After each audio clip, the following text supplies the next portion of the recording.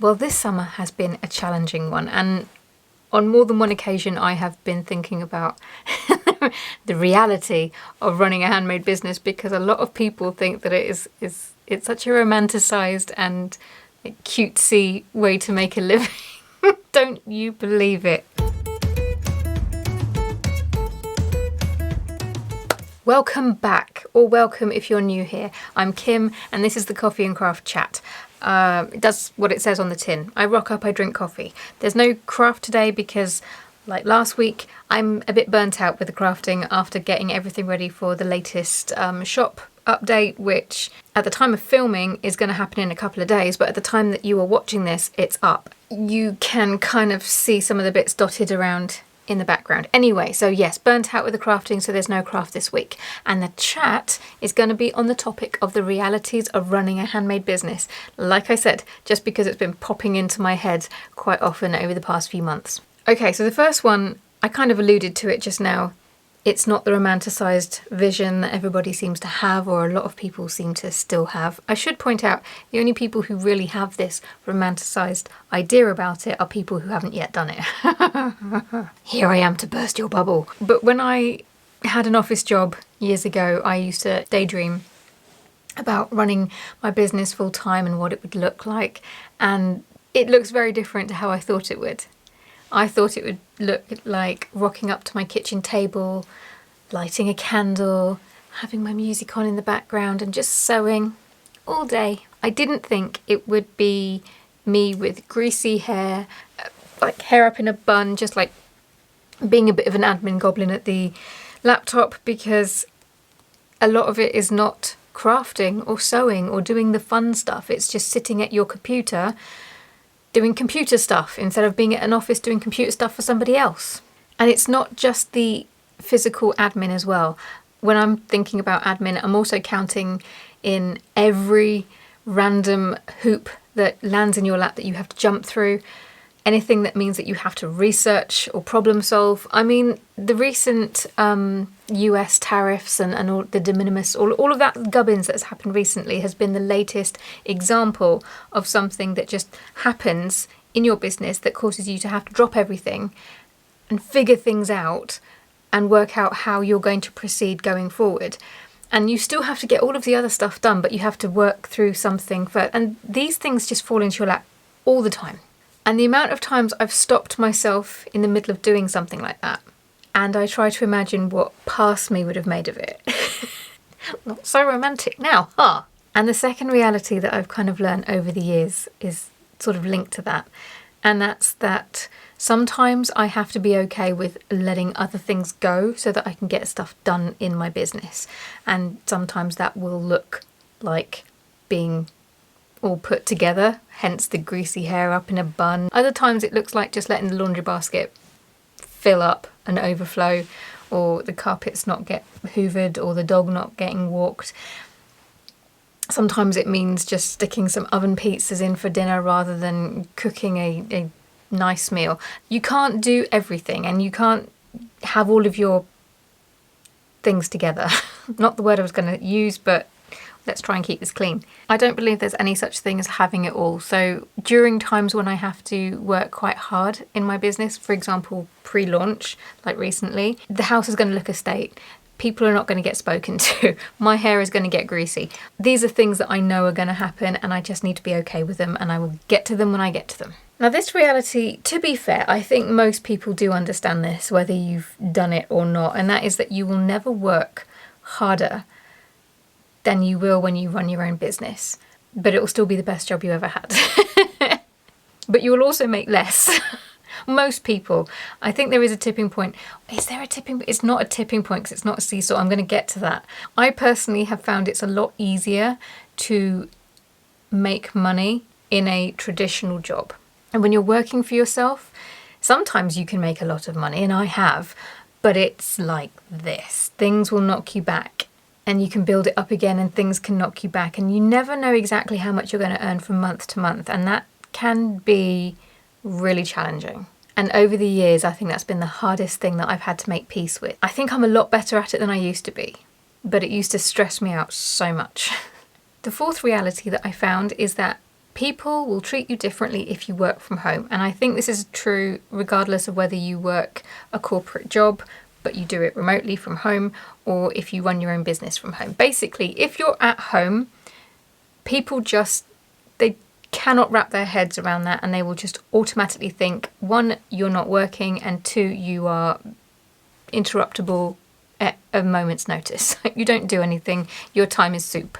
And I wish I could say that over time this has gotten better and that people have taken my time and my job more seriously over the years. Sometimes they do, but it does keep creeping back. And, these are people within my inner circle as well. We're talking about friends, family. They occasionally just forget, or maybe it's because they've never done it. So they bring their own preconceptions of people who work from home. Maybe they're projecting a little bit, I don't know. But this idea that, one, you're interruptible, you work for yourself, so you don't have work to do, so they can pop in for a cup of tea, or they can ask you to keep going out every day, or what have you. There have been moments where I've had to be quite strict with people and go, I'm working. My husband included on occasion. I've had to remind him that no, I cannot do X, Y, or Z because, like him, I am working. So I will get to it later when I have finished. To be fair, he doesn't do that anymore, but there have been times where I feel like I've just been banging the drum and screaming at people like, I am working! If that happens to you, just know that that's not a reflection on you. It's just some people just don't get it, and they never will, and that's their thing. And maybe people are projecting as well. Maybe they think that you're not working because deep down inside they know that they wouldn't be, but again, it's not you. And that's what I've had to remind myself over the years. It's like, this is just their limitations. It's fine.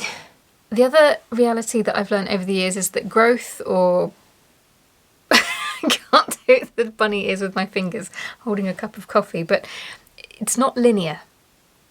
So you don't just start small and then you get bigger and bigger and bigger and bigger and bigger and then you keep on growing. That would be amazing. What I've found is that you tend to start off small and then you get bigger and bigger and bigger, and then something happens and you get knocked back. And then you get bigger and bigger and bigger and then you get knocked back again. And then you take a break and then you plateau. And then you get bigger again and you get knocked back. And it's just really annoying. There have been various times in my life where that's happened. There have been the initial changes that Etsy brought in when Josh Silverman joined the company.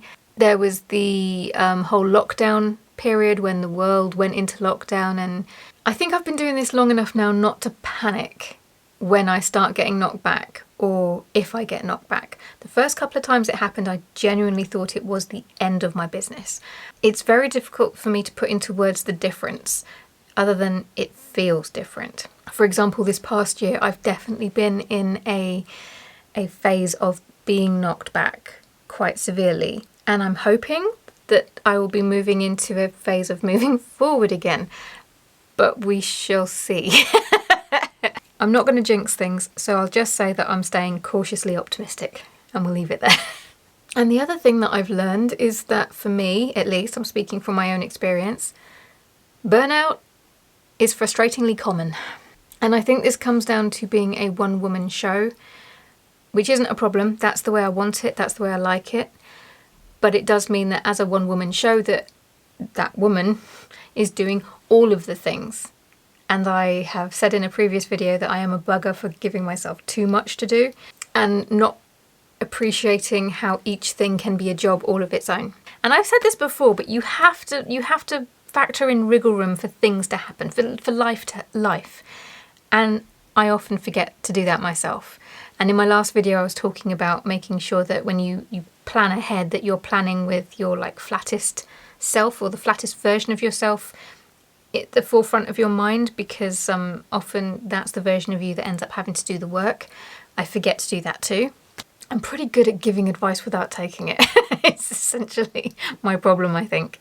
I feel like I'm getting better. This whole past year, although I have had a bit of a knockback with my business, it's been a sort of process in clearing the decks a little bit and making things a bit more manageable, which is why I'm going forward cautiously optimistic. So providing I can keep those decks clear, I should be okay. So if I do make videos going forward and it looks like I'm putting stuff on the deck, can somebody come and shout at me, please? Thank you. Nicely, of course. But yeah, lots and lots of little things all sort of needed to keep your one business running can make you feel very burnouty very fast, and it's a job all of its own to keep that at bay and to be very mindful about your time and your energy so that you don't get burnt out.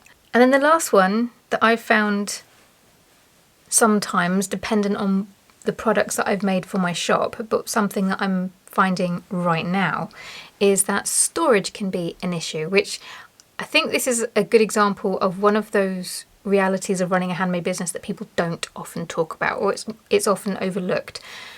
If you're making small things that are easy to store away, this won't affect you so much. But at the moment, clothing is something that I've got in my shop, and it takes space. I mean, I'm very fortunate in that I have a house, and although it's a weird shape, I have my own studio as well, so I do have a lot more space than I used to. But when I started, well, it wasn't my business, it was more the hobby, but when I started my Etsy shop initially as a hobby, I was living in an attic flat. It was very small and there was not enough space to sort of store a lot of things, and I think a lot of the crafting supplies that I had at the time ended up getting stuffed under the bed. But I do see a lot of handmade sellers who they need to get creative with their storage as much as anything else, because it's one of these sort of realities that we don't really think about until we have to do it, and then it comes back to that whole problem solving thing again. I think we spend most of our time problem solving to some degree. But it's also why I've got to be really mindful about how many jumpers I have in any particular collection update. Earlier this year I listed some jumpers, and there was a particular design, there was just one of them. It had a star on the front, and someone asked if I was going to be making that same design but in a different size, and the answer was no, because I only managed to source one jumper in that particular colour. But also I just don't have the space to list every design in every single size. But I also get frustrated if I'm looking for clothing and they only have it in certain sizes. So I've been racking my brains with how I can get around that. And I think the workaround, more problem solving, you see, I think the solution might be to offer a service where I'll put a small collection, or maybe even just one jumper of one design. And then if somebody wants something similar but in a different size, they can source their own jumper, or they can send me a jumper that they have, and I can make the design on their jumper, a custom order essentially. And that way it just means that I'm not offering just any one particular size. And I also don't have to worry about storing things or making a whole bunch of stuff and it not selling and then just taking up space. But yes, sorry, that was a bit of a yap, but in short, storage, it's a thing. So there we go. Those were the main realities that I've found over the years of running my business that I don't think people talk about too much. I do think the one that I mentioned about working harder than you've ever worked before and for less money, I do think that's something that people do talk about a lot, to be fair, but it's such a big one that it had to be included. Because basically I was just focusing on the main lessons that I've learned over the years, and these are the things that popped into my head. Right, I am now going to go because I have to make the listings for the stuff you see in the background so that I can actually launch my shop update on time. So on that note, I will see you next week. Ta-ra.